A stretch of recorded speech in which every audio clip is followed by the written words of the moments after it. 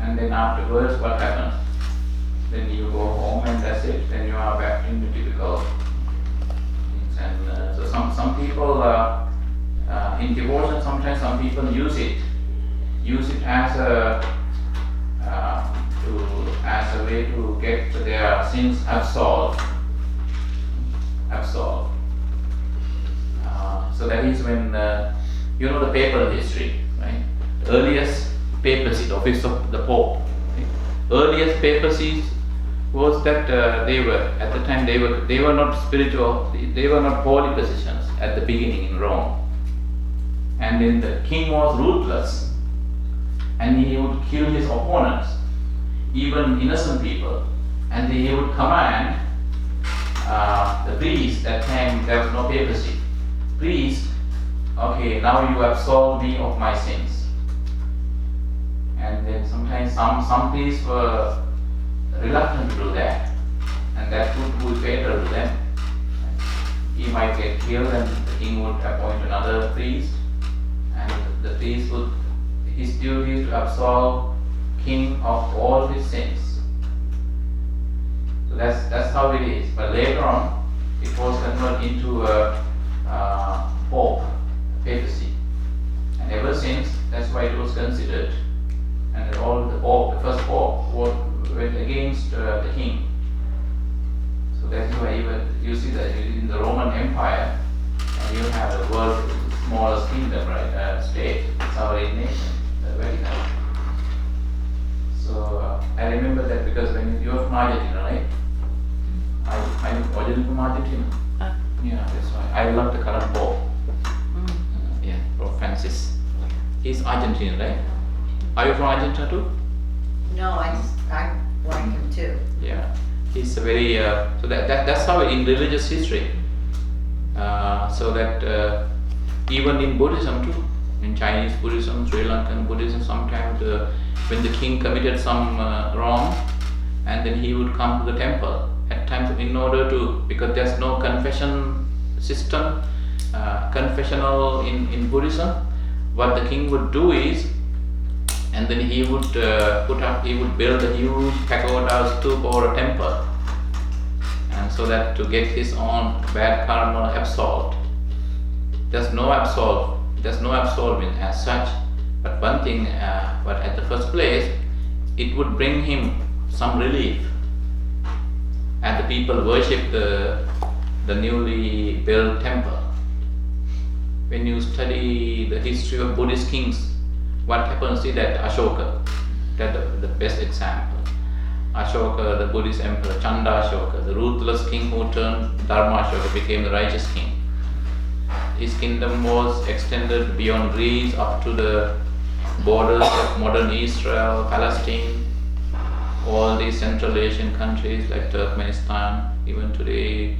And I think like 7 years ago, Turkmenistan, Uzbekistan government, they unearthed a sleeping Buddha statue that was just like maybe 25 feet long, up to Lake Baikal in Russia. So extended, he put up a lot of viharas or temples. He said that 84,000 temples across his kingdom, and he put up these edicts as well everywhere, rock edicts that would convey a message of righteousness, asking the citizens to practice, don't reject warfare, and then practice compassion. And then every message would, between the lines, it was the emperor's guilt that was well depicted. So that is how. So that is intention. Right intention. Until the intention is correct, so that your practice is wrong. So in Buddhism, the definition of karma being action with intention, and often isn't it referred to that we don't generate karma if we don't have the intention sometimes? Mm-hmm. So could right intention also be the lack of intention, or would that just be not really? That is right intention. Right intention means like so that it doesn't do any harm to others. So it's more like a moral intention. It's like- moral, yeah, it's moral, yeah. Would That's what changing, Chetanaham Bhikkhave Kammanga, the last time we discussed, karma, intention is karma. Intention itself is karma. well, what if you changed right to beneficial? Yeah, some use that too. So then it Some would- use wholesome, beneficial, and then correct, wise, and as long as it is in the moral sense, ethical sense. When you say it's in the moral sense or ethical sense means you don't do any harm, it's not harmful to anyone. And interestingly, not even to yourself. So the Eightfold Path would fall under like a conventional truths. Yeah, exactly. It's conventional. It's conventional truth, yeah. And third one is Samma Vacha, speech. I'm not going to explain that much because you can download. There's a variety of definitions of the Noble Eightfold Path on Google.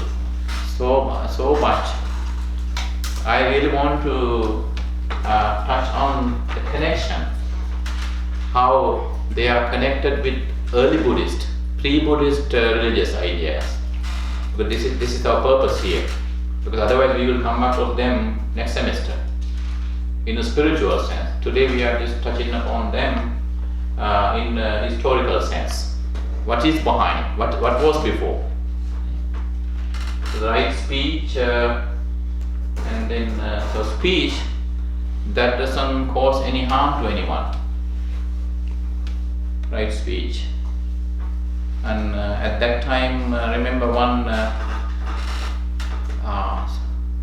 and then so there were in arguments and debates. At times, some debaters spoke to Buddha in filth, and Buddha would simply close his eyes once and open his eyes and smile. And that's a very beautiful story of right speech. One day, one Brahmin, he hated the Buddha, and the reason is not mentioned. For the reason that he was not Brahmin, right? He didn't like him, so that he came to Buddha and started yelling at him, screaming at him in filth. And when he was almost done, but he was tired. And so people who yell and scream, they get easily tired. And then usually I have listened to people who speak bad words, like F language, and usually they repeat like 10 or 12 words like 3-4 times, that's it, and they walk away there, nothing more to say. So let's say now this guy, this Brahmin, scolded the Buddha in filth, and then Buddha knew that he was now tired, and then Buddha opened up. My friend, you spend a lot of money on a gift, and you take it to one of your friends for a celebration. What if your friend rejects that gift, that expensive gift?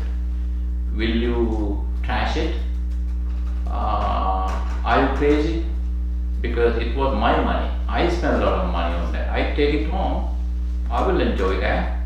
Okay, I think as a fellow human being, you gave me the best that you had. I don't need it, take it back. So the Brahmin felt so ashamed, and he apologized and went away, never to return. And Buddha said before leaving him, because you came to see me on purpose just to give me that gift. So that you should be sorry that that is all you had. Probably that's all you have to give to anyone else in the world. Filth. And then he just walked away, shamed and apologized and walked away. A beautiful speech. That's a story of correct speech, right speech. And then when it comes to in children's programs, especially I use, and Buddha talks about three kinds of speech. First one is Madhu, M-A-D-H-U, Madhu. Madhu means honey speech. That's from the kindred saying, Samyutta Nikaya, the division on 3 factors.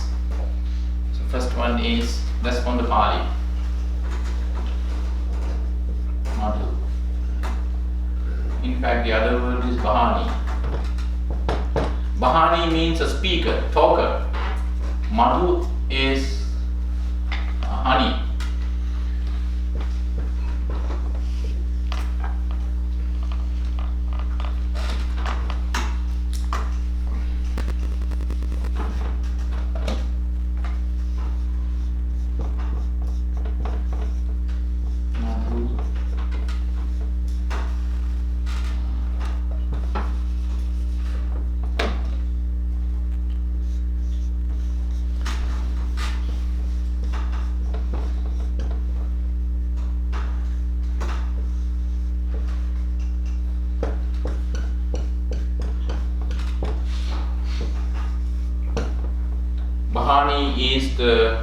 Bahani is one who speaks, one who talks.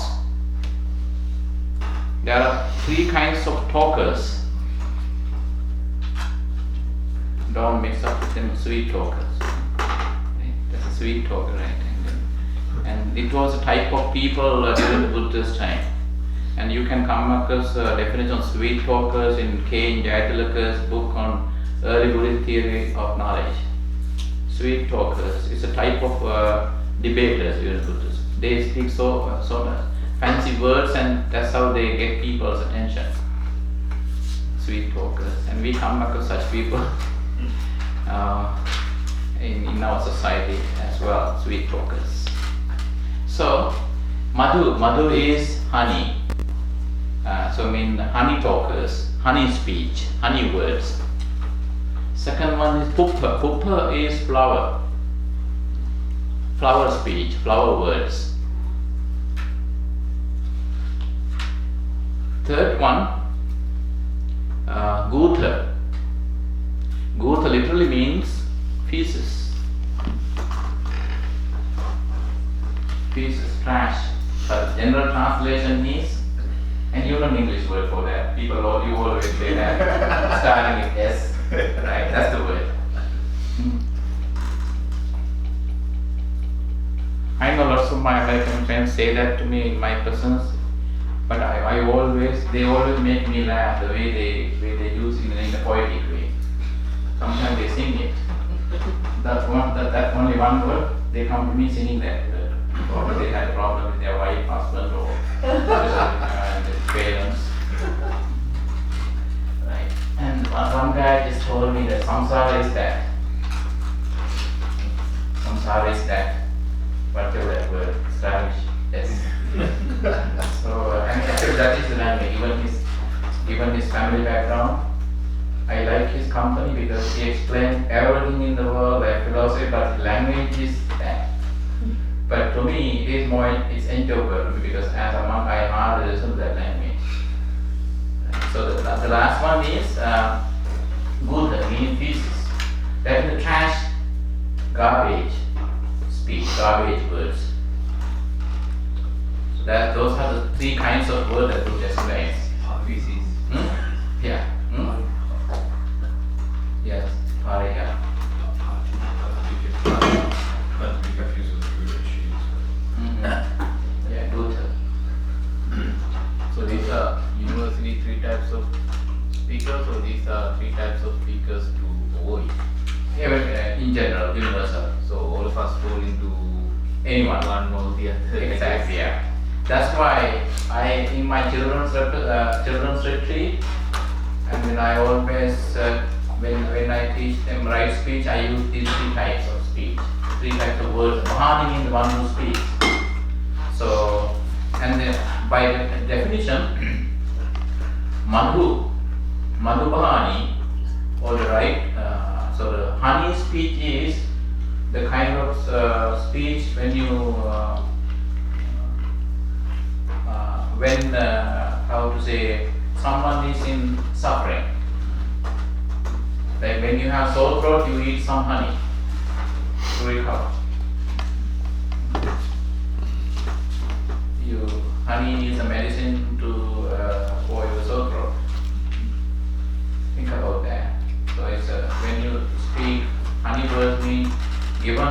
given the painful situation someone is in, and then you extend some help, the kind of word that you speak that brings some solace to him is called madhu words, or the honey words, honey speech. And then overall, in day-to-day life, you speak pleasant words, starting from good morning, hey, how are you, and then to wish people, so you just made my day, you know, I had a nightmare last night, they have a beautiful day, hopefully it would be beautiful, thanks. As overall pleasant speech that you do on day-to-day life is called pupa. And then so that the first one, honey speech, that is speech whose characteristics is that bringing, relieving, pacifying nature of the speech. That is the characteristic, pacifying nature. That's all about honey speech. So the second one is motivating, the motivation factor. Second one. Third one is rejection factor. That's the characteristic. When you say trash or garbage to someone, thereby you reject that person's presence, right? Impulsive, yes. So, see, that's the simple definition of speech. So the children, when I talk to children, but in trash or garbage, because I always tell children, you are taking a jar full of honey and a bunch of flowers to your class, to your school. When you get back home in the afternoon, don't bring home a can full of trash. And then one said, I know. And then I inquire, my brother, he only brings home trash. What about yourself? I never do that. That's how you know children, because after children, I give them personal time for like 5 minutes. And then they come, and then actually they like it. It's not for children, for everyone. You know, to understand why they came up with this word.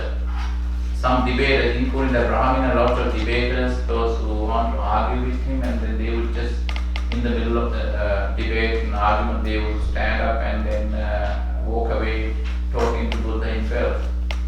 And Buddha would always smile and say,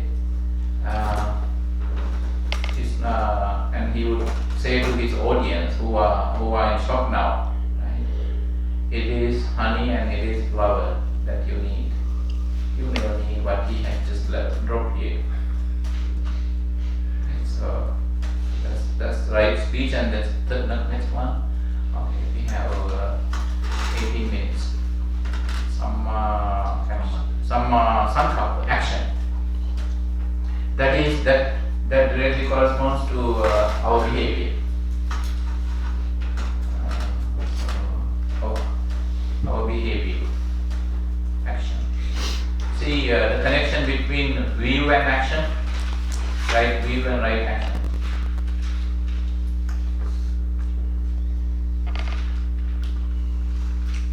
When it comes to action, threefold action: bodily, mental, and verbal. Bodily, verbal, and mental. Verbal action, our speech again. Then our thoughts, our meditations, mental action. So this is all about our day-to-day behavior. The next one is samma ajita, right livelihood. And then under right livelihood, Buddha talks about some certain kinds of trade of slavery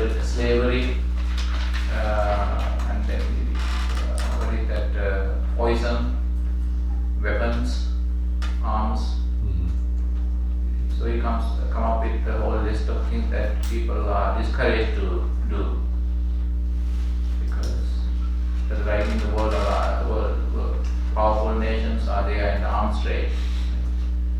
They produce powerful technologically advanced weapon, and at the same time they sell it to a certain nation, and they are the ones who produce another one that counters the one that they produced before. So both come from the same thing, same root. So that's why Buddha rejected that.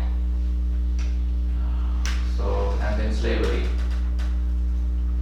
Slavery was, well, it was one of the lucrative trades, businesses during the Buddha's time.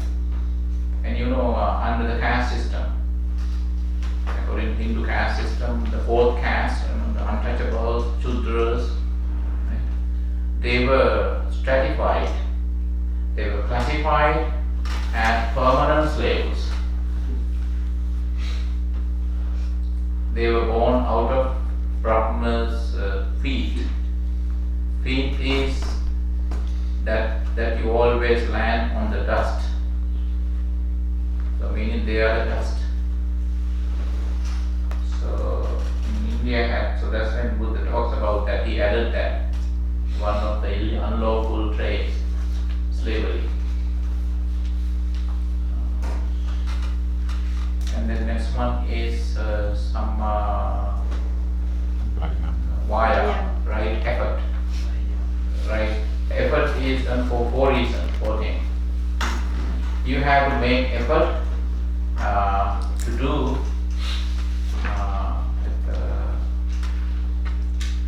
so that you have to generate so that wholesome feelings that have never arisen in your mind.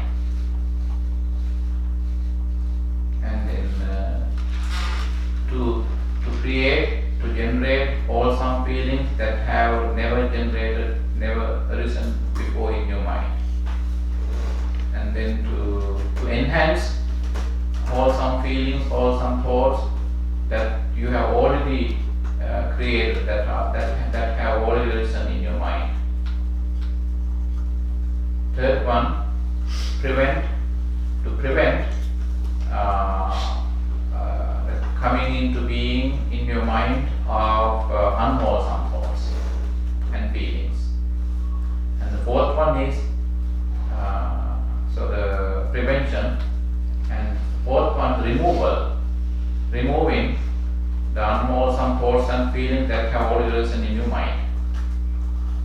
So the right effort is all about controlling our mind. Once again, as you correct from the first line in the Dhammapada, everything is born by the mind. You need to generate, you need to have unwholesome feelings that you have never had.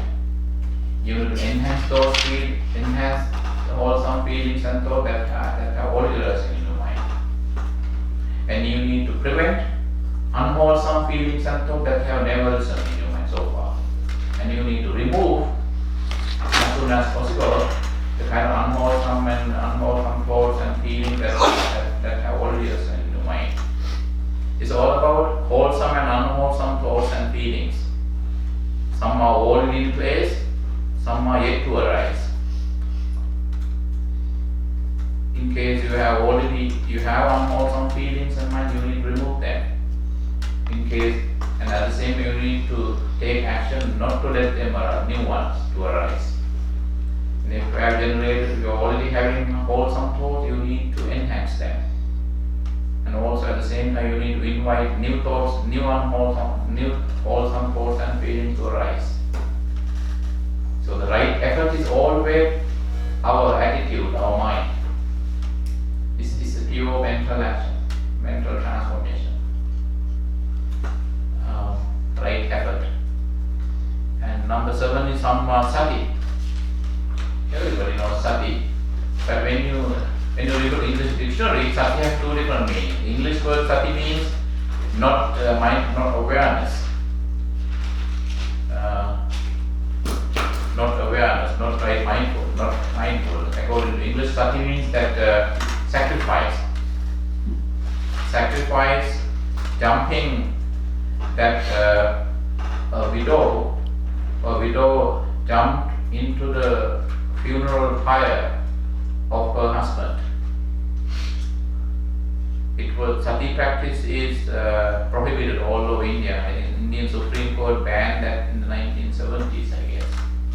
But still, in certain areas of India, women still commit sati.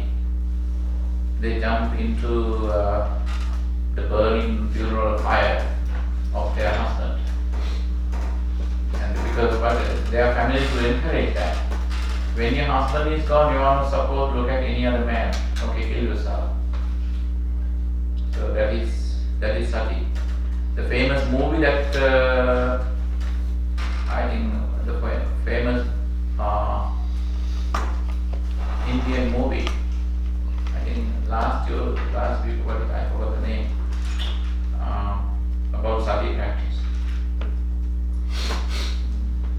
It's a famous movie. So the producer made millions of dollars. It's a Bollywood movie. Oh. It's Bollywood, but it was also screened here in America also. It also came to Hollywood. I forgot the name. Famous, and you need to watch that. What is that movie? It's beautiful.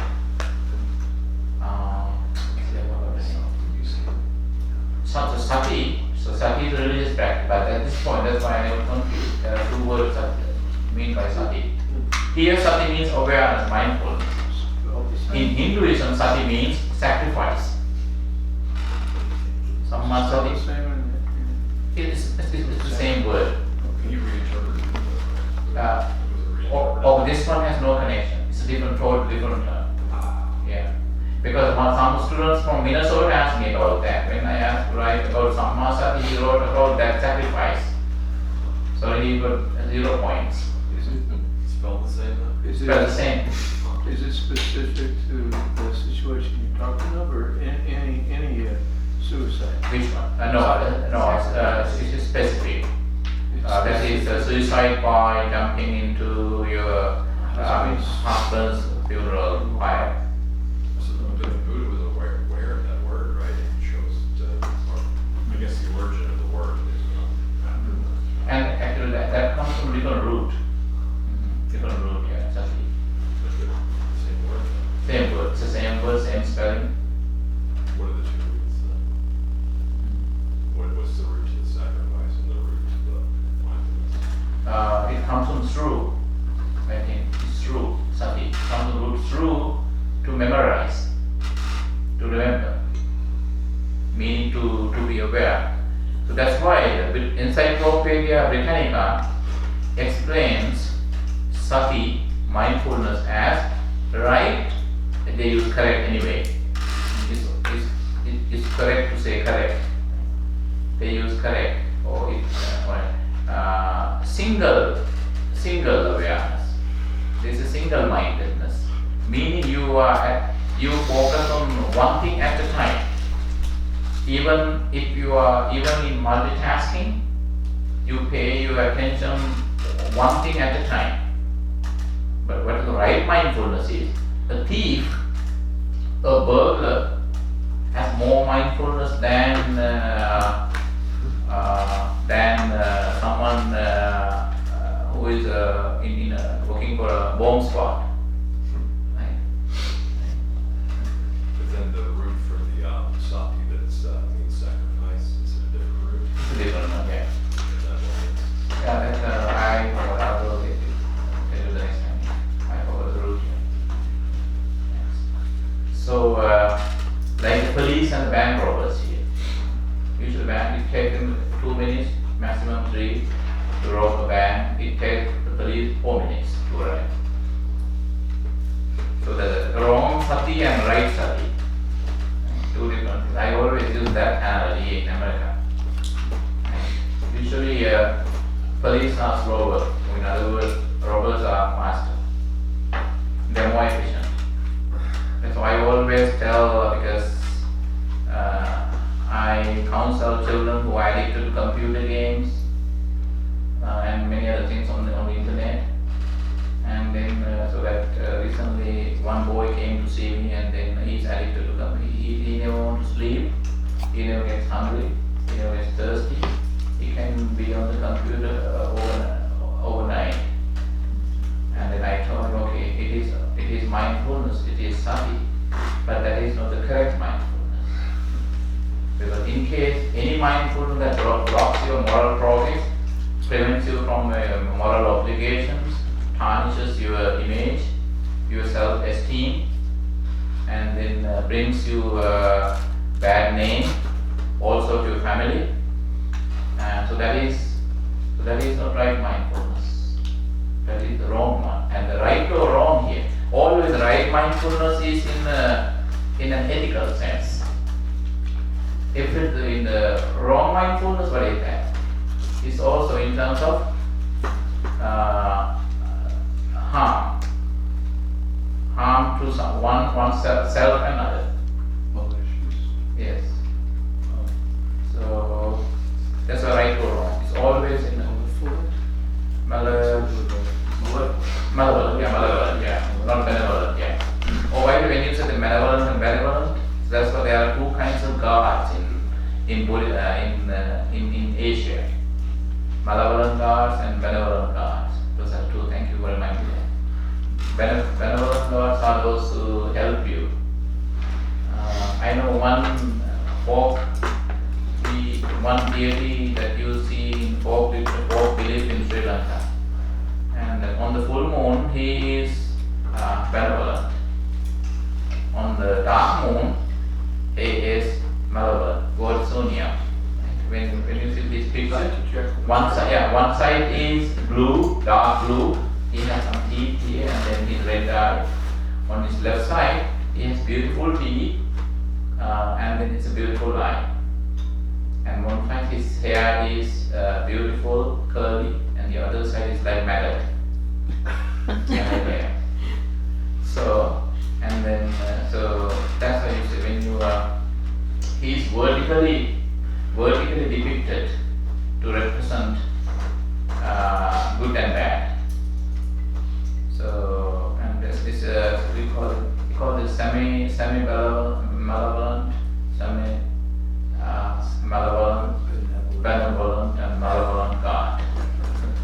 So, but according to Buddhism, God cannot be malevolent. According to Buddhism, that's what remember we just talked about that gods are never supposed to get angry.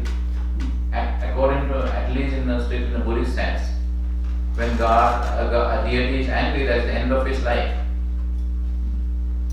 While other passive beings like yakshas, demons, nagas, some, the more angry they are, they get more power. They become mightier.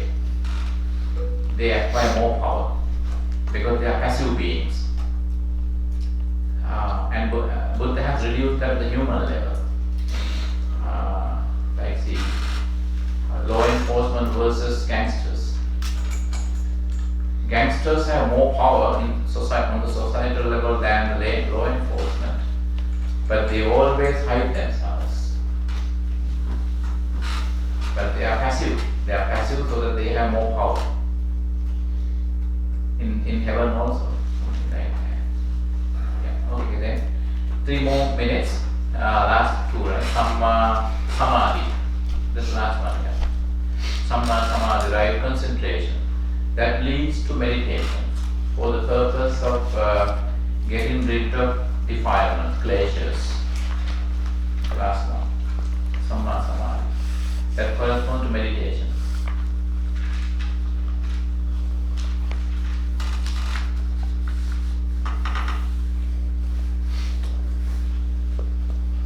You won't get a question on the Noble Eightfold Path. You will get it next semester, because this is, I just wanted to show the pre-Buddhist connection to the connection behind the pre-Buddhist background to this 8 elements of the path. But that's what I wanted to bring that up. Otherwise, we will next semester